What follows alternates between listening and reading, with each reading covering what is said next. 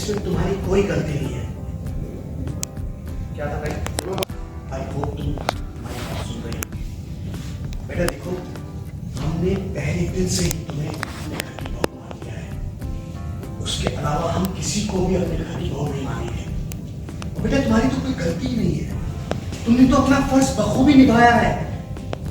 ऋषि को तुम please divorce के बारे में भूल जाओ और हमारी बात सुन लो एक बार, प्लीज बेटा। माँ बाबा देखिए, आप मैं दुख नहीं पड़ना चाहती, आपने बहुत अपनाया, बहुत प्यार दिया, लेकिन बात क्या है ना कि मैं अपना जीवन तो आप लोग साथ तो जी नहीं सकती हूँ। और मुझे अपने जीवन जीने के लिए ऋषि का प्यार तो चाहिए होगा ना, और एक हस्बैंड के बिना मैं कैसे उस घर में रहूंगी। आप मुझे बेटी की तरह प्यार करते हैं, हमेशा करते रहिएगा, उसका मैं सम्मान करूंगी। लेकिन जिस लड़की को ऋषि पसंद करता है और उससे वो शादी करना चाहता है और वो मुझे डिवोर्स देना चाहता है, तो क्या आप उसे उस आदमी के साथ रहने पर मजबूर कर सकते हैं? नहीं ना। ज्योति जी बोलती है बिल्कुल अदिति, लेकिन लेकिन क्या? हाँ लेकिन कुछ नहीं माँ, सब तो यह है ना कि ऋषि ने मुझे छोड़कर किसी और को अपना लिया है, किसी और को चुन लिया है। अब जो भी ठीक है उसके साथ उसको लग रहा होगा, लेकिन फिर भी उससे पहले चुन लेना चाहिए था ना। क्यों मेरे पीछे पड़ा हुआ, बताइए। बेटा बेटा बेटा आप ठीक है ना, लेकिन एक बार हमारी बात भी तो सुनो ना। बाबा मैं सुन ही रही हूँ आपकी बात, लेकिन मैं ये याद दिलाना चाहती हूँ आपको कि ऋषि ने जो भी किया है उसके बाद वो मेरे साथ रहने लायक बिल्कुल नहीं बचा है।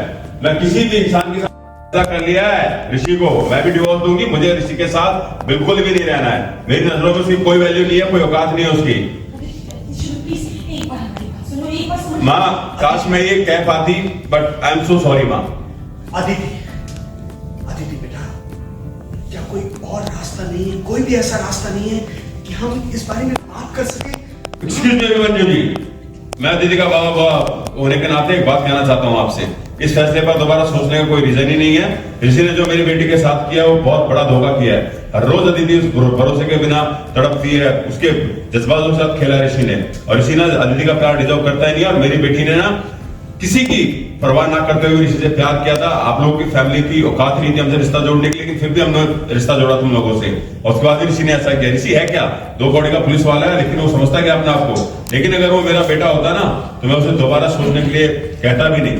ठीक है, अब मैं मेरी बेटियों में कोई फर्क नहीं दिखाना चाहता। उसने बोल दिया, सब कुछ सुने जा रहे हैं, सरप्राइज। और इसी का व्यू गया, क्या बदतमीजी चल रही है। और इसी बोलता है बाबा प्लीज अब बस कीजिए, फैसला हो चुका है। बाबा प्लीज प्लीज अभी बस कीजिए, बहुत हो चुका है, बस नहीं सुनना है मुझे।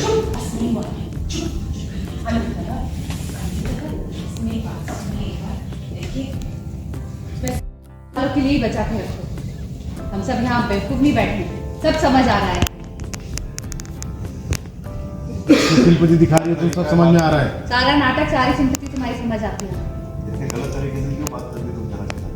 सीनू में तुम्हें आखिरी बार बोल रहा हूँ, आगे से इस तरह से तुम झलक से बात नहीं करो।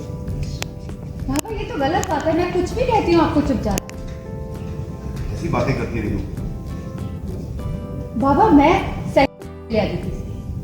हाँ एक्चुअली प्रॉब्लम ये है कि बाबा जब आपको किसी को आप पसंद करते हैं ना तो आंख बंद करके भरोसा कर लेते। उसी भरोसे, उसी मोह के चक्कर में आपको इसकी रियल इंटेंशंस समझ ही नहीं आ रही।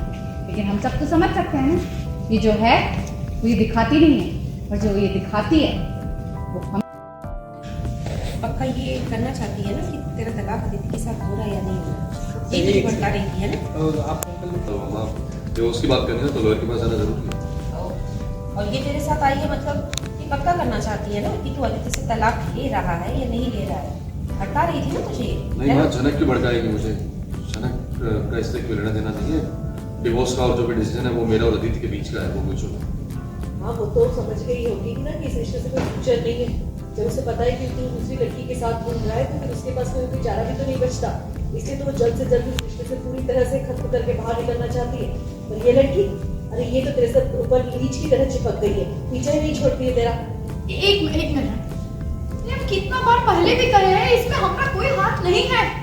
पूछ लीजिए आप लोग सहरी बाबू, हम नहीं कहे आपको, हम इनको कितना बार समझाए कि अदिति दीदी के साथ जो ये निर्णय लिए है तलाक लेने का, उसको बदल दीजिए। हम समझाए इनको कि अपना ब्याह को, अपना रिश्ता को एक और मौका दीजिए। आप लोग हमको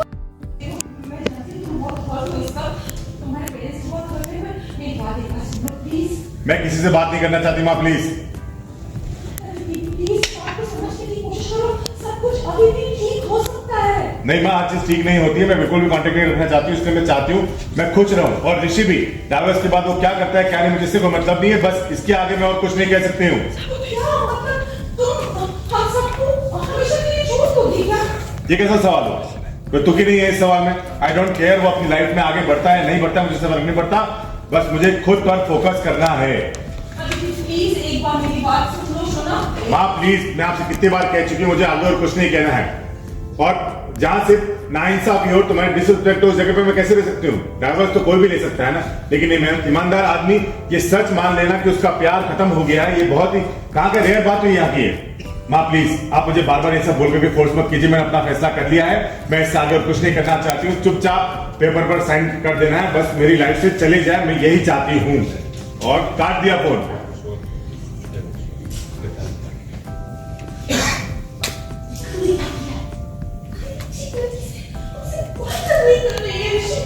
किसने कहा था आपको फोन करने के लिए? कहीं तो अपनी माँ पर क्या ऐसी बात करते थे? जनक का थॉट, जनक ने सोचा कि एंड्रू जी कैसे बात कर रहे थे सब, और नीलू बोल पड़ी। हाँ मैं चल कर आ रहा है। इस लड़की के बहकावे में आके ना तूने पूरे इस परिवार का सर शर्त छिपा दिया है। ठीक है, डन, मैं विलन हूँ। ओके, जाओ अभी, मैं लेट हो रहा है मुझे। लो झनक, तुम से जीत लिया हो किसी तरह से, पर मैं तुम्हें इस घर की बहू के रूप में कभी नहीं सिखाऊंगा, कुछ भी हो जाए। निकली अभिमन्यु से निकले, अभिमन्यु जी निकल गए। हिंदू मत निकलो। बहुत पछताओगी। पायल मिस्टर भी चल रहे, तो तू लाई चल के सर के पास।